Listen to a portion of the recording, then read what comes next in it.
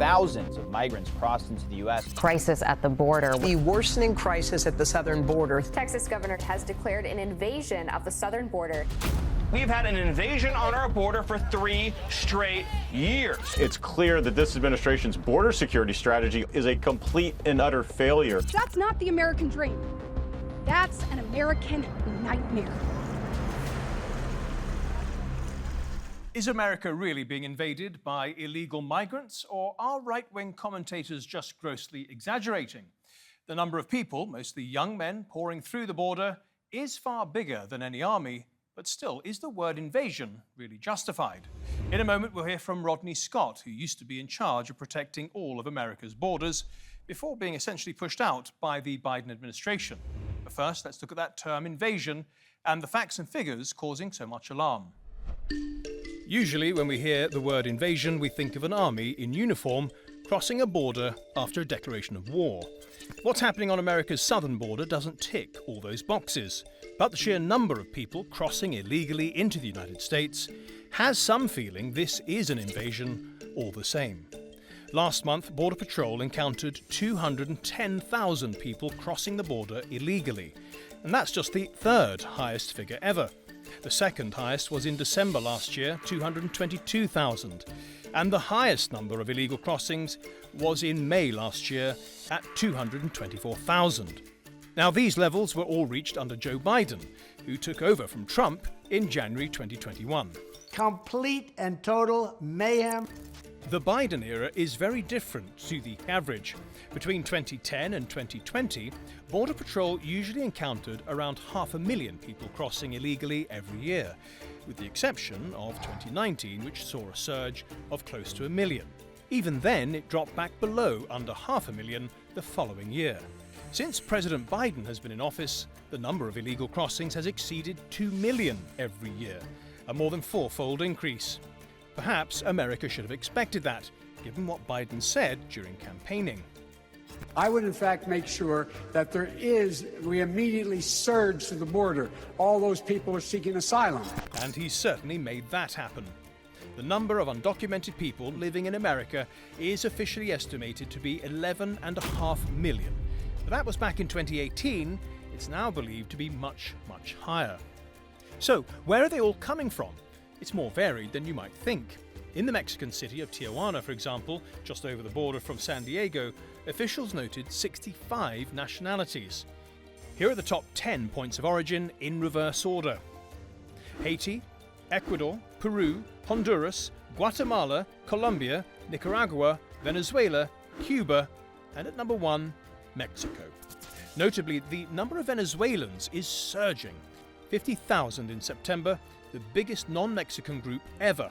So many that Biden has had to reverse his policy of not deporting Venezuelans. And just outside the top 10, we have China. American border authorities report 4,366 Chinese migrants crossing the southern border without permission between October 2022 and February 2023. That is a tenfold increase compared to the year before. Some Republicans suggest there is a sinister motive. Now, I'm not saying that China is going to invade the United States. You have to think that this is a part of some plan or strategy. The Chinese migrants tend to fly to Ecuador, one of the few Latin American countries that doesn't require them to have a visa. And from there they proceed mostly on foot, passing through the Darien Gap, a treacherous crossing through the jungles of Panama and Colombia. It's been described as a migration thoroughfare, and the numbers passing through this bandit-infested route has doubled in the past year, from around 250,000 to 500,000. Impenetrable jungle. Are you afraid that you can die? Of course. Anything could happen to anybody on this route. Time to bring in our guest now, and today we have Rodney Scott, the former chief of the United States Border Patrol. We also have Juanita Molina, the Executive Director of Border Action Network, an NGO which tries to help migrants. Welcome to both of you. Rodney, if I could start with you. You know, you were once in charge of America's border security. I can't think of anyone better to answer this question. The numbers have quadrupled. The numbers of illegal crossings have quadrupled over Biden's period in office. Can you tell me why? There's many factors, but the main factors are a lack of consequences. This administration changed policies on day one. It resulted in what we refer to as catch and release. So the vast majority of the illegal aliens crossing the border today are released into the United States waiting for a hearing. They don't necessarily really care about anything other than they were released. Well, each one of them, when they're released, normally call home, tell their friends and family what happened, and then the wave just increases, or the snowball just gets bigger, if you will. And really that's what it comes down to, is there's no consequence currently for illegal immigration. So everybody heard, now's the time to come. Juanita, do you accept Rodney's characterization of what's happening? I think that we have, of course, a very different perspective. I've worked with Mr. Scott for years, and actually we saw a moment in 2012 where everything changed, where we really saw the population that was crossing into the United States as being very different. Before, we were looking at single adult men, mostly from Mexico, that we were able to kind of process and deport quickly. But now we're facing a different kind of crisis. And although I understand Mr. Scott's point of view about feeling there's lack of consequences, but I feel like there are larger issues that are drawing people to the United States: climate change, poverty, COVID, the collapse of many of our global Forgive me, economies. Juanita, I think Rodney wants to just challenge a couple of those points. Come in. I think there's always going to be push factors. However, the challenge is we're responsible for controlling the United States. So this is the first administration that actually hasn't tried to address illegal immigration in any meaningful way. As the demographics changed in the past, and I think you remember this, we actually sat down around a table as leadership and found ways to mitigate that threat to the United States, to make sure we did not have these massive waves of illegal immigration. Because in the end of the day, that empowers the cartels, and we've really given up complete control of our borders now because of that. It's not just about immigration, it's about national security. And we're not even trying right now. Juanita, would you accept Rodney's point that actually the only people in control of the border now are the Mexican cartels, who will extract a fee from a lot of the people who go across the border? I think we always agree to disagree, and that we see so many of the same problems and so many of the same situations, but we look at them from different points of view. And we feel that by treating this human rights crisis through the lens of criminalization of these populations, it creates an invisible threat of people coming through. And unfortunately, I agree with Mr. Scott about the idea that it does empower the cartels, but by creating an invisible population where we're criminalizing their presence here in the United States, just reinforces the ability that the cartels have in Mexico to continue to manipulate and commodify the human suffering of people who are coming across the border. But the thing is, Juanita, we know that for Americans, and I believe that the American population is still supposed to be preeminent in the American government's mind and considerations, the American population is worried about this problem. According to a recent poll, 14% believe that immigration is the country's biggest problem, which is a big jump from 8% just last month. Don't you owe it to America to get a handle on this situation at the border? I think it's absolutely critical to ensure our borders. I think that we might just disagree on some of the ways of doing that. We feel that criminalizing the presence of every person who crosses the border and suspending some of our aspects of asylum and being able to welcome people into our community really creates a situation that actually gives an advantage to the cartels, gives advantage to the illicit Can I ask activity. you, Juanita? It's Juanita, we're putting out each. The numbers have gone up from about 500,000 on average to well over 2 million. Is there any number at which you would say, let's stop this? I think that what we need to look at is even the way that we're counting the numbers. Are we counting each individual person? Are we counting each individual encounter? I think that there are some questions as to how we're even counting. But I think no matter where we're looking at as far as numbers, is that we're seeing a significant increase. And we're seeing all the global factors that are shaping that increase. And I think that it involves this kind of discussion and collaboration to see what that future should be. Rodney? Yeah, so I'm going to kind of back her up a little bit. I think the numbers are problematic because we really don't know. So the Border Patrol over my 30-year career was getting better and better situational awareness on the border.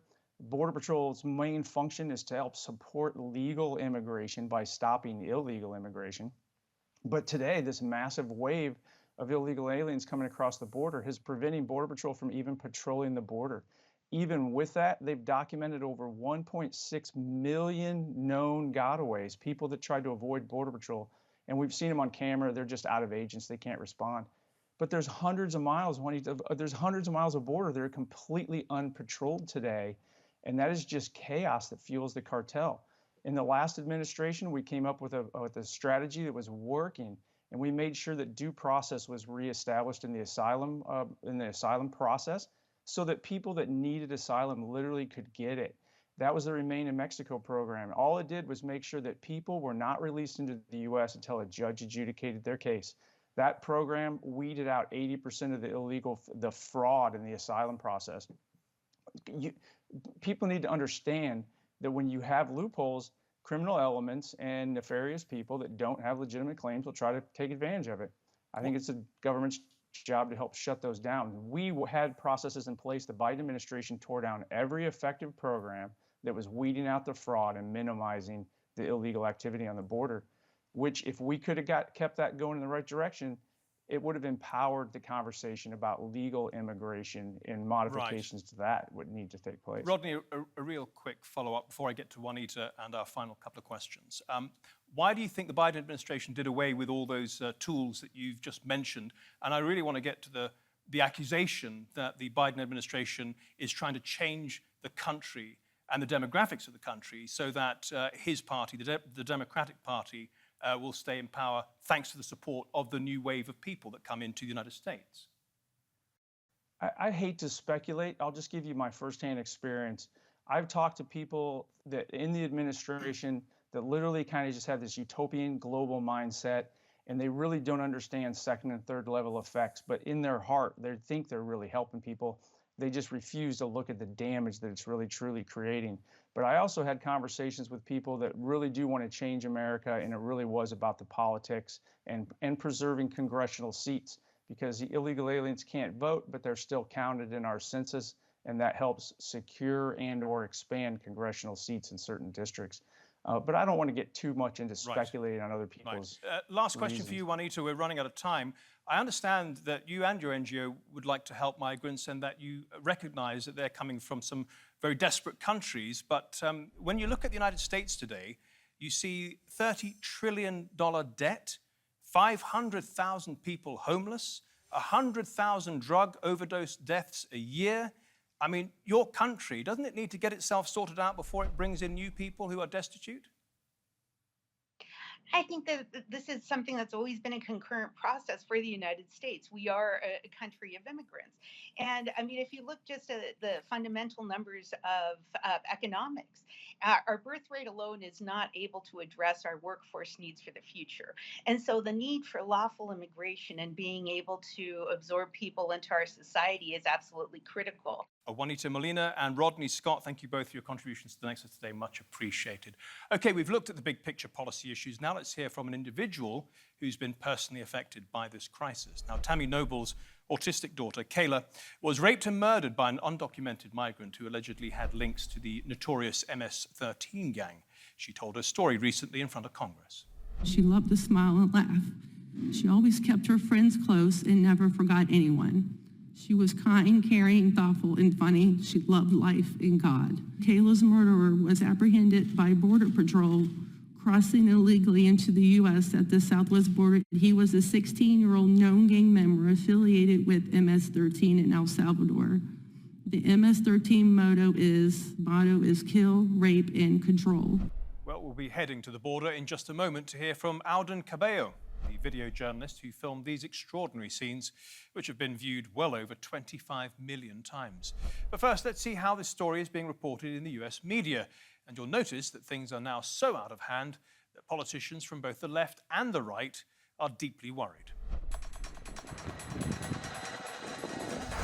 The number of migrants illegally crossing the U.S.-Mexico border has risen. More than 200,000 migrants flooded into the country in September alone. They're going to keep coming, and they're not going to stop anytime soon. These numbers are massive. They're coming into every state in this country. States are dealing with the brunt of a very real crisis. This is an invasion and a destruction of our country. The ongoing migrant influx is being felt far beyond the southern border. People from all over the globe have made their minds up that they're going to come through the southern part of the border and come into New York City. They're being sent from Texas because the governor there says President Biden's immigration policies are causing a surge in migrants arriving in his state, and so he's sending them elsewhere, namely to Democrat-led states and cities. New York has a legal obligation to offer shelter to everyone who wants it. But the current influx of migrants and asylum seekers is putting that to the test. Kids are for children! Kids are for children! This issue will destroy New York City.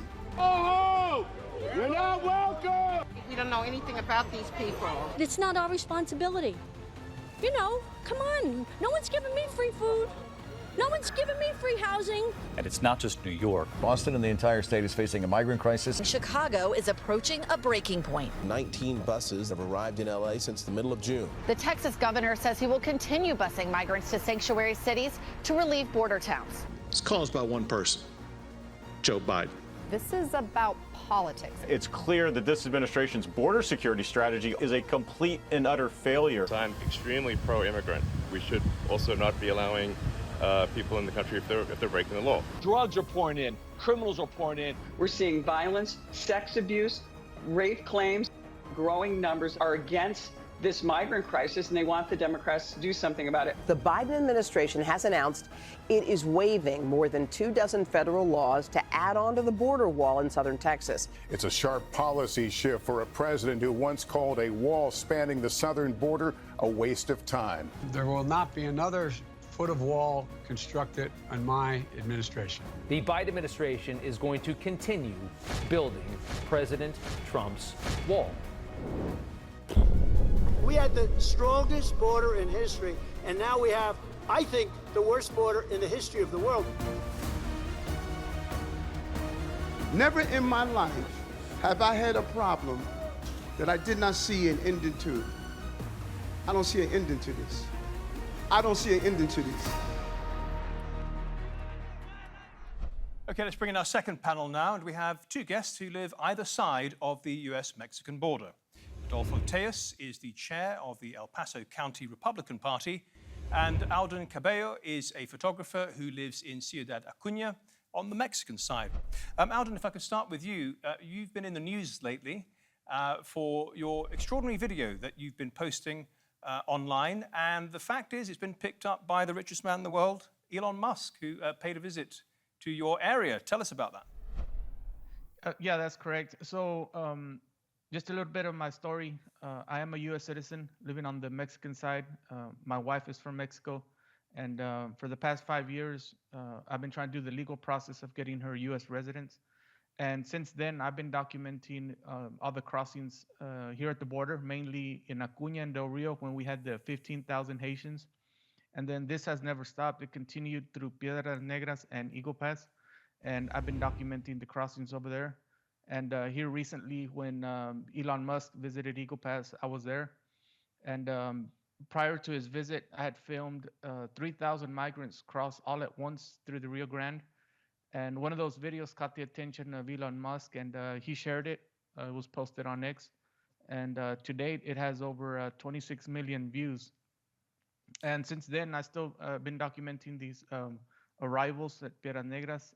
Migrants are arriving on train and crossing into Eagle Pass.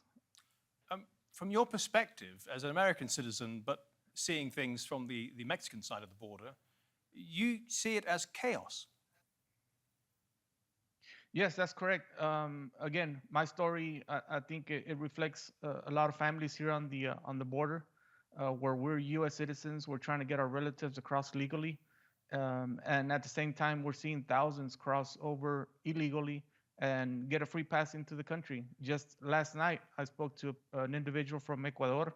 He crossed through Piedras Negras, arrived on train 2 days later, and he's already in the U.S. With the notice to appear in New York. And here I am waiting years, paying thousands of dollars, trying to do the process legally. And it's been nonstop. One thing that I warned after we had the 15,000 Haitians in Acuña was that the flows were not stopping, they were increasing. As someone who talks to these people, would you say that there's nothing for America to fear, or are there elements within these vast numbers that are of concern? Yeah, that's one thing that I believe is unique about myself, that being on the Mexican side, I talk to the migrants, I walk with them, and I join them when they cross the Rio Grande. And one thing that I've come to conclude is that there's different types of migrants. They're not all the same. There's those that are asylum seekers, those that turn themselves into Border Patrol. We have the Mexican nationals who don't qualify for any political asylum or humanitarian parole. So they're the so-called gotaways. Those are avoiding law enforcement. And then you have those that are special interests. Those are also avoiding law enforcement. So it's a wide array of migrants. They all have why are they avoiding law enforcement? Some of these come from special interest countries. Right now, with what's happening in Israel, the southern border has gotten a lot of attention, and the latest numbers is it's alarming as far as how many encounters CBP has documented from individuals from countries that are special interest groups, and I think that's very telling that they're avoiding law enforcement. They're not the ones turning themselves in directly.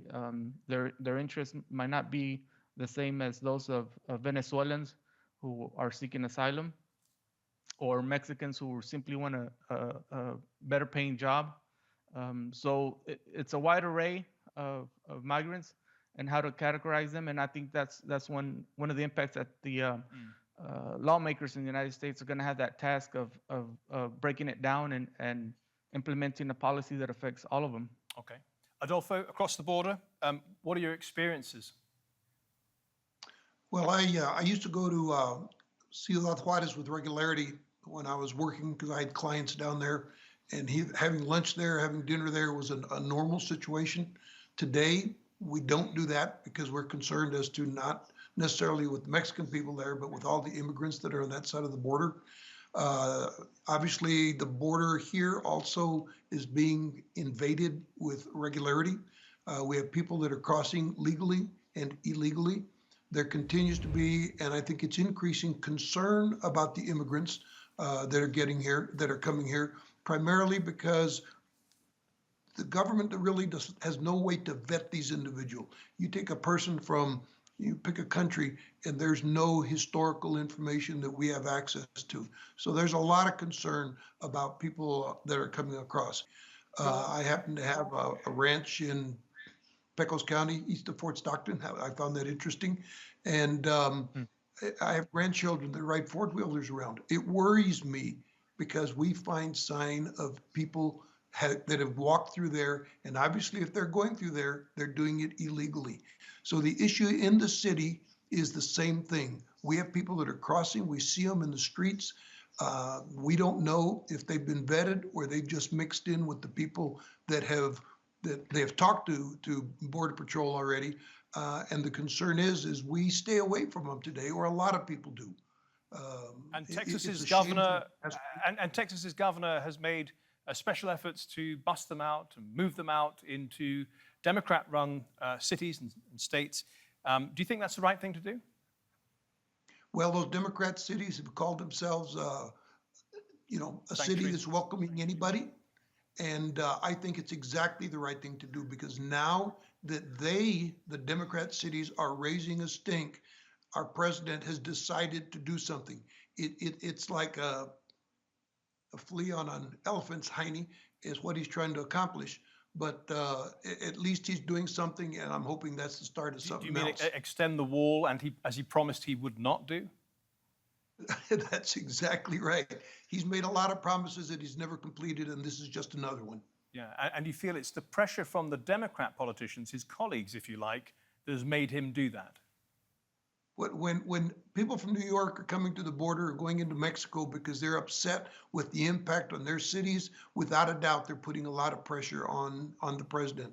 When the mayor of Dallas changes parties from Democrat to Republican because of the lack of proper response to many issues by the president's party, that says a lot about what's occurring nationally and especially on the border. We are being overrun. Our taxpayer money is being used to support immigrants that are coming across, and our people, our military people that are retired that have problems, just our poor are being shortchanged because of the money that the government is spending on people that are breaking our laws and doing it every single day.